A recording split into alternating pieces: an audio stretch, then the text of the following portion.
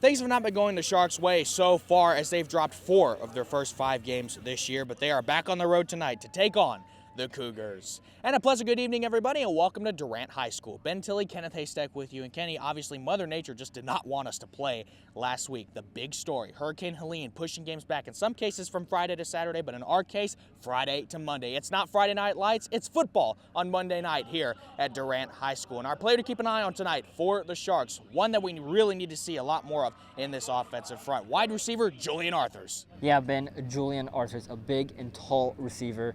He's been a huge part of this passing game recently. He caught a touchdown in the game against Newsome, and he's the kind of guy you need used on those spark plays downfield, which we need to see a lot more from the offense. Yeah, we talked about seeing signs of life late in the game against Newsome. The passing game looked a lot more fluid late in the game. But Kenny, I've got 3 points tonight that the Sharks need to take away if they want to come out on top. The first one is points. We've got to be able to find a way to score some points, whether it's a touchdown or a field goal. The second one is turnovers. We cannot afford to turn the ball over tonight in this huge district game. And the third one, less running. Let's see if we can get this passing game down pat. It's the same show, but a different day here on this scorching Monday night. Highlights are coming your way next.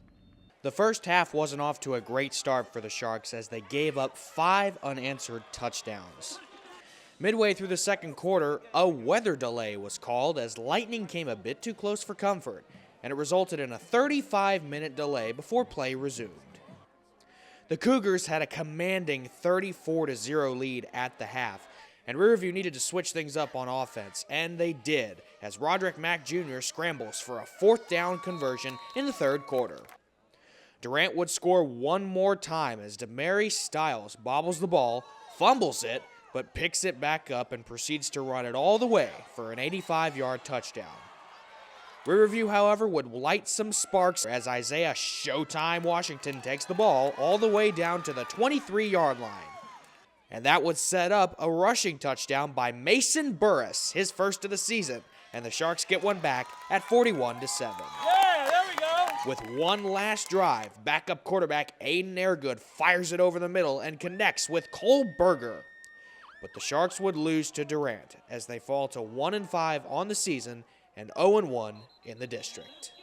Well, the Sharks, in another tough battle, lost to Durant tonight by a score of 41-7. Kenny, once again, we were seeing some signs of life late with the offense and the defense.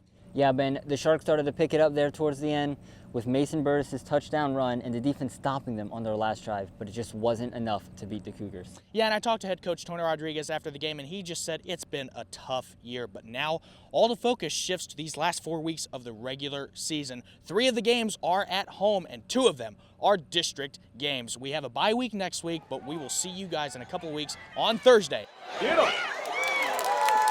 For Shark TV and Shark Attack, that's Kenneth Haystack. I'm Ben Tilley, and we'll see you in a couple weeks.